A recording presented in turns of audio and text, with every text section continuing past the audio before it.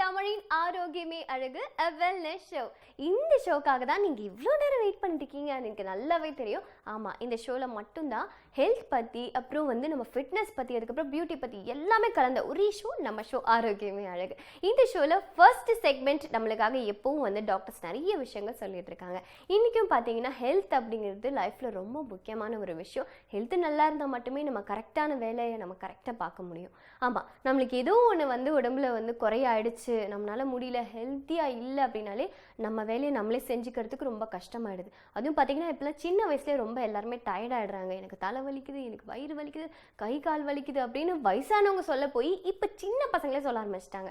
So அதனால் health ரொம்ப முக்கியமான விஷயம், நல்லா பார்த்துக்கணும் இல்லையா? ஸோ அதனால் அடிக்கடி டாக்டர்ஸோட அந்த சின்ன சின்ன டிப்ஸ் எல்லாம் நம்ம கேட்டுட்டோம் அப்படின்னா ரொம்ப யூஸ்ஃபுல்லாக இருக்கும். ஃபர்ஸ்ட் செக்மெண்ட் உங்களுக்காக காத்துட்ருக்கு ஹெல்த் செக்மெண்ட். வாங்க நிகழ்ச்சிக்கு போகலாம். இது ஐபிசி தமிழின் ஆரோக்கியமே அழகு வெல்னஸ் ஷோ.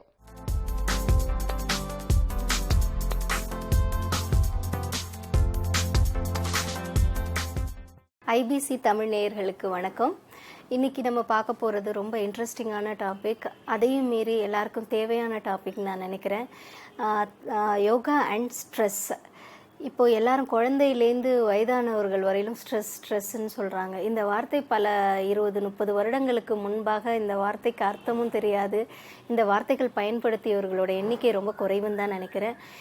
இன்றைய அளவில் எதுக்கு ஸ்ட்ரெஸ் நமக்கு அதிகமாக பயன்படுது, எதற்காக அவங்க சொல்லணும் அப்படின்னா, நம்மளுடைய மாடர்ன் லைஃப், நம்மளுடைய அவசரமான வாழ்க்கையில் சாப்பிட்றதுக்கு நேரம் இல்லை, தூங்குறதுக்கு நேரம் கிடையாது. தூங்குகிற நேரத்தில் நம்ம வேறு மாதிரி பயன்படுத்திகிட்டு இருக்கோம், மொபைல் பார்க்குறது. அப்போ அதற்கான வாய்ப்புகளும் வசதிகளும் கம்மியாக இருந்ததுனால ஆரோக்கியமாக வாழ்ந்தாங்கன்னு கூட நம்ம சொல்லலாம். அதுதான் நிதர்சனமான உண்மையும் கூட. இந்த ஸ்ட்ரெஸ்ஸு நமக்கு எப்படி இருக்குது, நான் உண்மையாகவே ஸ்ட்ரெஸ்ஸில் தான் இருக்கேனா, இல்லை நான் எல்லாரும் சொல்கிறதுனால நான் ஸ்ட்ரெஸ்ஸுன்னு சொல்கிறேனா அப்படின்னு பல பேருக்கு டவுட் இருக்கும். அந்த ஸ்ட்ரெஸ்ஸுக்கான சில சிம்டங்களை உங்களுக்கு சொல்கிறேன். நீங்கள் அதை உங்களோட செக் பண்ணி இந்த கேள்விகளுக்கு உங்களுடைய பதிலை நீங்கள் க்ராஸ் செக் பண்ணி நீங்கள் ஒரு முடிவுக்கு வந்துடலாம். நீங்கள் ஸ்ட்ரெஸ்ஸில் இருக்கீங்களா இல்லையா? ஆமாம், நான் ஸ்ட்ரெஸ்ஸில் இருக்கேனா, அதற்கான பயிற்சிகளை தான் நம்ம இன்றைக்கி பார்க்க போகிறோங்க. முதல் வகையான ஸ்ட்ரெஸ் அப்படின்னு சொன்னால், நல்ல வகையான ஸ்ட்ரெஸ்ஸும் இருக்குது, கெட்ட வகையான ஸ்ட்ரெஸ்ஸும் இருக்குது. நமக்கு ஸ்ட்ரெஸ் கண்டிப்பாக தேவையா அப்படின்னா, கண்டிப்பாக நமக்கு ஸ்ட்ரெஸ் வேணுங்க. எதையுமே இயற்கையாகவும் அன்பாகவும் சந்தோஷமாக ஏற்றுக்கொள்ளும் பொழுது அது நமக்கு அன்பாகவே தெரியும், சந்தோஷமாகவே தெரியும், கஷ்டமாக தெரியாது. அதுபோல் நம்ம ஸ்ட்ரெஸ்ஸையும் நன்றாக ஒரு பார்வையில் பார்க்கும்போது அது நம்ம உடலுக்கு பல நன்மைகளை செய்து, அதை ஒரு தீங்கான ஒரு விஷயமாக பார்க்கும் பட்சத்தில், நம்ம ஸ்ட்ரெஸ்ஸோடே வாழும் பட்சத்தில் நம்மளுடைய வாழ்க்கை நோய்களுக்கு உள்ளாக்கப்படுதுங்க. இந்த நல்ல ஸ்ட்ரெஸ்ன்னு சொல்கிறீங்களே, அந்த நல்ல ஸ்ட்ரெஸ்னால் என்ன அப்படின்னு சொன்னால், குழந்தைங்கள ஸ்கூலுக்கு கொண்டு போய் டயத்துக்கு விடணும், நான் ஆஃபீஸ்க்கு சீக்கிரமாக போகணும், எனக்கு சாப்பாடு நேரத்துக்கு சாப்பிட்ணும், நான் ரொம்ப பர்ஃபெக்டாக இருக்கணும் அப்படின்னு சொல்லி எல்லாத்தையும் நேரத்துக்குள்ளே முடிக்கணும்னு நினைக்கிறாங்க இல்லையா? அதுதாங்க ஷார்ட் டேர்ம் ஆஃப் ஸ்ட்ரெஸ் அப்படின்னு சொல்லுவாங்க. மெடிக்கல் டேர்மில் சொல்லணும்னா அக்யூட் டேர்ம் ஆஃப் ஸ்ட்ரெஸ் அப்படின்னு சொல்லுவாங்க. எமர்ஜென்சி ஸ்ட்ரெஸ் அப்படின்னு சொல்லுவாங்க. டிராஃபிக்கில் ஸ்ட்ரெக் ஆகும்போது வாட்சையும் டிராஃபிக் சிக்னலையும் பார்க்குறவங்க தான் பல பேர். நான் 5 நிமிஷத்துக்குள்ளே போகணும், டிராஃபிக்கில் ஸ்ட்ரெக் ஆகிட்டுன்னு சொல்லுவாங்க. ஒரு நேரம் அவங்க ஆஃபீஸில் சரியான நேரத்துக்கு என்ட்ராகும் பொழுது, அவங்க அந்த விரல் பஞ்ச் பண்ணும் பொழுதே அவங்களுக்கு என்ன தோண ஆரம்பிச்சிடும்னா, அப்பா டயத்துக்கு வந்துட்டு அந்த ஒரு பெருமூச்சு இருக்கு இல்லையா, அப்போவே அந்த பெருமூச்சோடய அவங்களுடைய ஸ்ட்ரெஸ்ஸும் அவங்கள விட்டு போகுது. இப்போ உங்களுக்கே தெரிஞ்சிருக்கும், நிறைய பேர் இந்த ஷார்ட் டேர்ம் ஸ்ட்ரெஸ்ஸில் தான் அவதிப்பட்டுருக்கோம். ரொம்ப லாங் டேர்ம் ஸ்ட்ரெஸ்ஸில் அதுக்காக இல்லையா அப்படின்னு கேட்டால் அவங்களும் இருக்காங்க. அவங்களில் ஒரு சிலருக்கு மெடிக்கல் கண்டிஷன்ஸ், அதாவது டயபெட்டிஸ் இல்லை எதிர்பாராத விபத்துனால அவங்களுடைய உடல்நிலை கோளாறு இல்லை அது தன்னுடைய மனதை பாதிக்கும் பட்சத்தில் தன்னுடைய உடல் ஆரோக்கியம் சரியில்லை, இப்போ 20 வருஷமாக நான் கஷ்டப்பட்டுட்ருக்கேன், என்னோட ரிலேட்டிவ்ஸோட சடன் டெத், இந்த மாதிரி என்னோட வீடு சீக்கிரம் கட்டணும், எனக்கு அதுக்கான பணம் இல்லை, என் ஜாப் ஒரே ஸ்ட்ரெஸ்ஸு அப்படின்னு நிறைய பிடிக்காத விஷயங்களோட நம்ம தவிர்க்க முடியாத காரணத்தினால பல பணத்தோட தேவைகள் இருக்கிறதுனால அதன் பின்னணியில் நம்ம வாழ்க்கையை ஓட்டிகிட்டு இருக்கிறதுனால நம்ம சுமக்கிற ஸ்ட்ரெஸ் பேர் தான் க்ரானிக் ஸ்ட்ரெஸ். இந்த க்ரானிக் ஸ்ட்ரெஸ்ஸையும் அக்யூட் ஸ்ட்ரெஸ்ஸையும் இப்போ உங்களுக்கு கண்டுபிடிக்க முடியும்.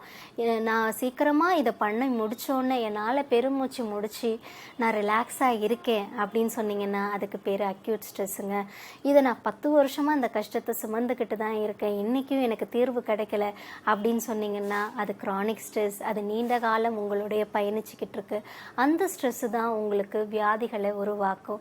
நீங்கள் அந்த ஸ்ட்ரெஸ்ஸோடு தான் போராடிட்டு இருக்கீங்க, அதற்கு தான் தீர்வு காணணும், அதுக்கு தான் உங்களுக்கு யோகா ஹெல்ப் பண்ணுது. இப்போ இந்த யோகாவை நான் எனக்குன்னு 6 நாள் நான் வேலை பார்த்துட்டு எனக்குன்னு 1 நாள் நான் ஸ்பெண்ட் பண்ணுறேன்.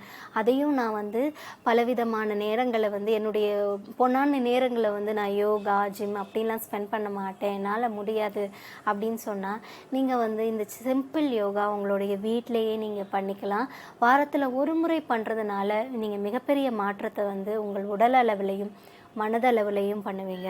அதுக்கு பேர் செக்ஷனல் ப்ரீத்திங் அப்படின்னு சொல்லுவாங்க. யோகா அறிவியலின் படி உங்களுடைய மூச்சு உள்ளே இழுக்கிறதையும் மூச்சு வெளியில் விடுறதையும் கவனிக்கும் பொழுது உங்களுடைய ஸ்ட்ரெஸ் ரெஸ்பான்ஸ், அதாவது உங்களுடைய மூளையில் உள்ள ஸ்ட்ரெஸ் ஹார்மோன்ஸ் அப்படியே சேஞ்ச் ஆகி ஹாப்பி ஹார்மோன்ஸாக நடக்கிற மிராக்கிள் சேஞ்சஸ் நடக்கும்.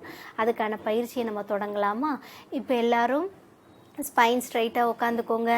உட்காந்துட்டு உங்களுடைய கைகளை உங்களுடைய வயிறு மேலே வச்சுக்கோங்க. இப்போ நல்லா மூச்சை உள்ளே இழுத்து வெளியில் விடுங்க. இப்போ நீங்கள் மூச்சை உள்ளே இழுக்கும் பொழுது உங்களுடைய வயிறை நீங்கள் பலூன் மாதிரி இமேஜின் பண்ணிக்கோங்க. ஒரு பலூனில் நம்ம காற்றை எப்படி உள்ளே கொண்டு போகிறோமோ அப்போ அந்த பலூன் விரிவடைகிற மாதிரி உங்களுடைய காற்று வயிற்றுக்கு உள்ளே போகும் பொழுது நல்லாவே விரிவடையுங்க. மூச்சை வெளியில் விடும் பொழுது பலூனில் காற்று இல்லாத போது எப்படி உள்ளே போகும் அது போல் உங்கள் வயிறு உள்நோக்கி போகும். இதை நீங்கள் 20 முறை பண்ணுங்க. நல்ல மூச்சை உள்ளே இழுக்கும் போது உங்கள் வயிறு மேல் நோக்கி வர்றதையும் மூச்சு உள்ளே போகும்போது வயிறு உள்நோக்கி போகிற ஒரு அழகான அசைவுகளை கவனிக்க ஆரம்பிக்கும் பொழுது நீங்கள் உங்களை மறந்து உங்களுடைய ப்ரீத்திங்கில் கான்சன்ட்ரேட் பண்ணுறீங்க. உங்கள் ப்ரீத்திங் உங்களுக்கு மிகப்பெரிய ஆனந்தத்தை கொடுக்கும். அதுதான் உங்களுடைய வாழ்க்கையோட ஆரோக்கியம். அடுத்து நீங்கள் அது முடித்த பிறகு உங்களுடைய செஸ்ட் மேலே கை வச்சுக்கோங்க. இப்போ நல்லா மூச்சை உள்ளே இழுங்க, உங்களுடைய லங் விரிவடையும். மறுபடியும் மூச்சை வெளியில் விடுங்க, உங்களுடைய லங் நல்லா சுருங்கி போகும். இந்த மூச்சை உள்ளே இழுத்து வெளியில் விடும்பொழுது நடக்கிற அந்த மூமெண்ட்ஸை உங்களோட ப்ரீத்திங்கோடு நீங்கள் கனெக்ட் பண்ணுறீங்க. இதை நம்ம சொல்லணும்னா பாடியை, உங்களுடைய பாடியோட அசைவுகளை உங்கள் மைண்டுக்கு நீங்கள் கொண்டு போகிறீங்க. உங்கள் உடலோட அசைவுகள் உங்கள் மைண்டுக்கு என்னைக்கு சேருதோ அப்போ உங்களுடைய ஸ்ட்ரெஸ் ரெஸ்பான்ஸ் என்ன ஆகும்னா ஹாப்பி ஹார்மோன்ஸாக செக்ரியேட் ஆரம்பிக்கும். ஸோ நம்ம பல பேர் இன்றைக்கி சிரிக்க மறந்துட்டோம், புன்னகிக்க மறந்துட்டோம். ஸோ இந்த ஹார்மோன் செக்ரியேஷன்ஸ், இந்த பயிற்சி நீங்கள் ரொம்ப எவ்வளோ சத்தமாக சிரித்து ரொம்ப சந்தோஷமாக குழந்தை பருவத்தில் விளையாடிட்டு இருந்தீங்களே அப்போ உங்கள் பாடியில் எவ்வளோ லாஃபிங் ஹார்மோன்ஸ் செக்ரியேட் ஆச்சோ, ஹாப்பி ஹார்மோன் செக்ரியேட் ஆச்சோ அதே பயன்பாடுகளை உங்களுக்கு கொடுக்கும். இது மிகப்பெரிய ஆனந்தத்தை நீங்கள் ஃபீல் பண்ணுவீங்க. இந்த பயிற்சியை தொடர்ந்து நீங்கள் எனி டைம் பண்ணலாம். நான் இப்போ உங்களுக்கு சொல்லிக் கொடுத்தது சாப்பிட்றதுக்கு முன்னாடி அப்புறம் அப்படிலாம் எதுவுமே கிடையாது. நீங்கள் ஈவன் ஸ்ட்ரெஸ்ஸாக உங்கள் ஆஃபீஸில் ஃபீல் பண்ணும்பொழுதும் பண்ணலாம். இதுக்காக நீங்கள் ஒரு 5 நிமிடம் உங்களுடைய நேரத்தை செலவிடுவீங்க. அதில் ஒரு மிகப்பெரிய பிரைன் சேஞ்சஸ், பாடி சேஞ்சஸ் இருக்கும். ஸோ தொடர்ந்து இந்த யோகா பயிற்சிகளை நீங்கள் செஞ்சுட்டே வரணும் அப்படிங்கிறது இந்த எபிசோட ஒரு வேண்டுகோளாக நீங்கள் நினச்சிக்கலாம். ஸோ மற்றும் ஒரு இன்ட்ரெஸ்டிங்கான டாப்பிக்கோட உங்களை நான் மீட் பண்ணுறேன். நன்றி, வணக்கம்.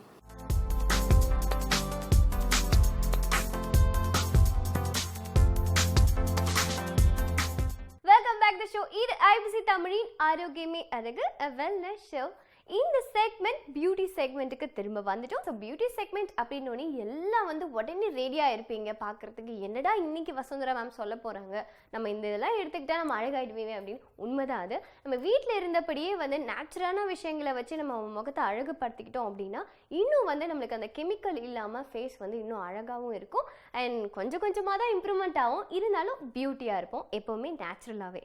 வாங்க இன்னைக்கு வசுந்தரா மேம் நிறைய விஷயங்கள் நேச்சுரலாக என்ன பண்ணலாம் அண்ட் சிம்பிளாக என்ன பண்ணலாம்னு சொல்லி கொடுத்துக்கா வந்திருக்காங்க. வாங்க பார்க்கலாம்.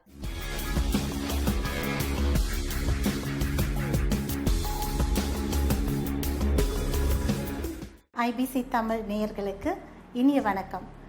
இந்த நிகழ்ச்சியில் நம்ம பார்க்க போகிறது என்ன அப்படின்ற ஒரு கேள்வி இருக்குது எல்லாருக்கும், எல்லார் மனசுலையும்.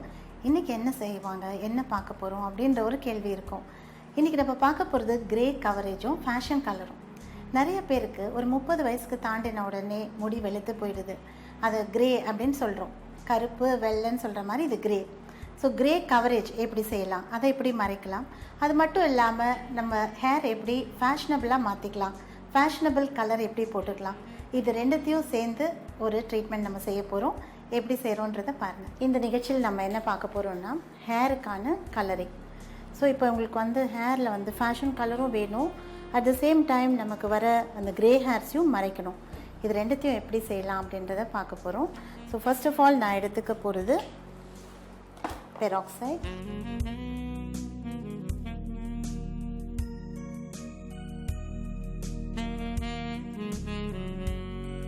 பெராக்சைடோட நான் மிக்ஸ் பண்ண போகிறது பேஸ் கலர். இந்த பேஸ் கலரை ஹாஃப் டியூப் எடுத்துக்கிறேன்.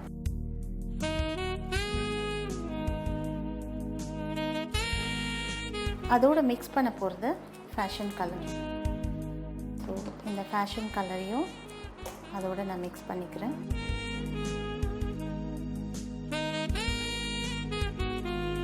எல்லாருக்குமே கலரிங் செஞ்சுக்கணும் அப்படின்னு தான் ஆசை.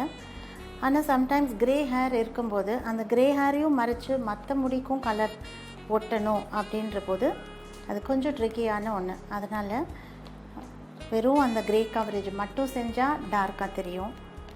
வெறும் கலர் ஃபேஷன் கலர் மட்டும் போட்டால் அது வந்து கிரே ஹேரில் ஒட்டாது. அதனால் இது ரெண்டுத்தையும் மிக்ஸ் பண்ணி ஒரு கலரை நம்ம அரைவ் பண்ணுறோம். அதை அவங்களுடைய ஹேரில் அப்ளை பண்ணுறோம். ஸோ இப்போ நான் வந்து அவங்களுடைய டாப் ஆஃப் த ஹெட்டில், க்ரௌனில் எங்கே அவங்களுக்கு கிரே ஹேர் தெரியுதோ அந்த இடத்துல யூஸ் பண்ணுறோம்.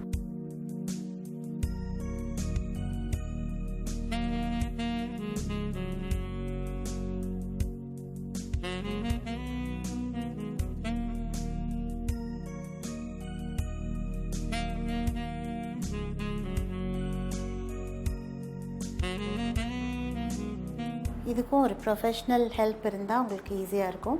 ஏன்னா ஓனாக இந்த மாதிரி கலர் மிக்சிங் செஞ்சு பண்ணுறது கொஞ்சம் கஷ்டம்தான்.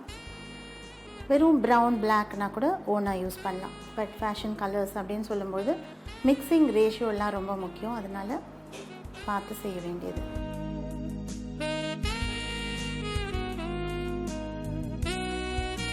சில பேர் சொல்லுவாங்க எனக்கு மட்டும் நிற்கிறதே இல்லை, கலர் சீக்கிரமாக போயிடுது அப்படின்னு சொல்லுவாங்க.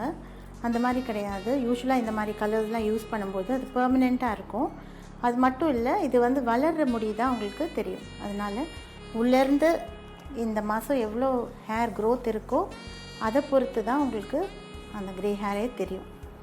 அதனால் அந்த கலர் போகிறதுன்றது அது ஒன்லி டெம்ப்ரரியாக இருந்தால் தான் போகும். இந்த மாதிரி கலர்ஸ் யூஸ் பண்ணும்போது அமோனியா ஃப்ரீ கலர் அப்படின்னு கேட்டு செஞ்சுக்கலாம். அமோனியா இல்லாமல் செய்யும்பொழுது இன்னும் வந்து நமக்கு எந்த விதமான இச்சிங், பர்னிங் சென்சேஷன் எதுவுமே இருக்காது. இப்போ எல்லாருமே அந்த மாதிரி கேட்டு செஞ்சுக்கிறாங்க.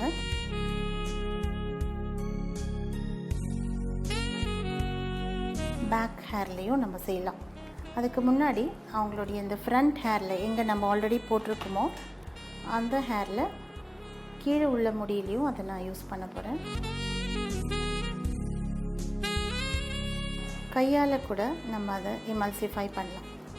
ஸோ ஃபுல் ஹேர்லேயும் கலர் ஒட்டணும் அப்படின்னா ஃபுல்லாக கையால் கூட கலர் உள்ளே போகிற மாதிரி நல்லா எமல்சிஃபை பண்ணலாம்.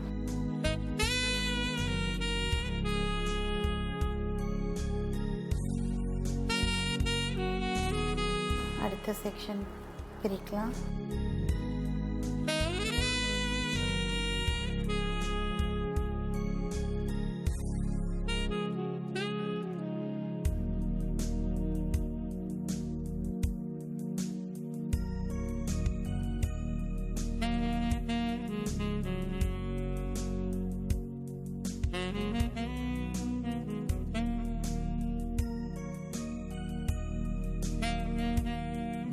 கிரே ஹேரில் பார்க்கும்போது நல்ல பர்கண்டி டென்ட் தெரியும், மற்ற ஹேரில் பார்க்கும்போது கொஞ்சம் ரெட்டிஷ் டென்ட் தெரியும்.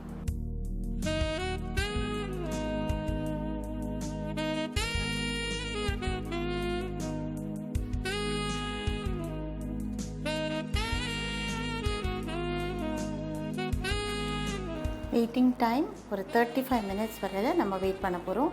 வெயிட் பண்ணிவிட்டு வாஷ் பண்ணலாம். இதே மாதிரி பேக்லேயும் அப்ளை பண்ணிவிட்டு செய்ய போகிறோம். Grey coverage plus fashion colour இது ரெண்டுத்தையும் சேர்த்து இப்போ உங்களுக்கு செஞ்சுருக்கோம். அதாவது சில டைம் நமக்கு வெள்ளை முடி வெளியில் தெரியும், ஆனால் நமக்கு ஃபேஷன் கலரும் வேண்டியிருக்கும். அதனால் இது ரெண்டுத்தையும் சேர்த்து கம்பைண்டாக ஒரு கலர் அவங்களுக்கு கொடுத்துருக்கோம். ஒரு 35 மினிட்ஸ் வெயிட் பண்ணிவிட்டு வாஷ் பண்ணி பார்க்கலாம். குமுதினியோட ஹேரில் இப்போ நம்ம grey coverage plus fashion colour செஞ்சுருக்கோம். ரொம்ப பியூட்டிஃபுல்லாக கலர் ஆகிருக்கு. ஒரு ஹென்னா டிண்ட் எப்படி இருக்கும் அதே மாதிரி இருக்குது. ஸ்லைட் ஒரு பர்கண்டியும் தெரியுது. ரொம்ப பியூட்டிஃபுல்லாக இருக்குது அவங்களுடைய ஹேர் கலர். அதுவும் வெயிலில் பார்க்கும்போது இந்த மாதிரி கலர்ஸ் ரொம்ப நல்லாயிருக்கும்.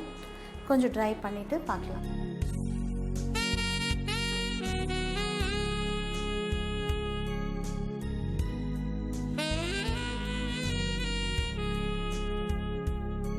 ஹேர் வாஷ் பண்ணிவிட்டு அதுக்கப்புறம் நம்ம பார்க்கும்போது ரொம்ப பியூட்டிஃபுல்லாக இருக்குது. Complete grey coverage and fashion colour இது ரெண்டும் வேணும் அப்படின்னு நிறைய பேருக்கு ஆசை. கண்டிப்பாக நீங்கள் செஞ்சுக்கலாம். இந்த நிகழ்ச்சியுடைய ஆரம்பத்தில் குமுதினியோட ஹேரை பார்க்கும்போது ஃப்ரண்ட்லலாம் அதிகமான கிரே இருந்தது, அதாவது வெள்ளை முடி அதிகமாக இருந்தது. பேக்கில் அவங்களுக்கு ஃபேஷனபுளாக வேணும் அப்படின்னு கேட்டாங்க. இது ரெண்டத்தையும் மிக்ஸ் பண்ணி செஞ்சுருக்கோம். ரொம்ப நல்ல ஒரு கிரே கவரேஜ் ப்ளஸ் ஃபேஷன் கிடச்சிருக்கு. இதே மாதிரி நீங்களும் ட்ரை பண்ணலாம். இதே மாதிரி ஒரு இன்ட்ரெஸ்டிங்கான எபிசோடில் மீண்டும் உங்களை சந்திக்கும் வரை உங்களிடமிருந்து விடை பெறுவது வசுந்தரா.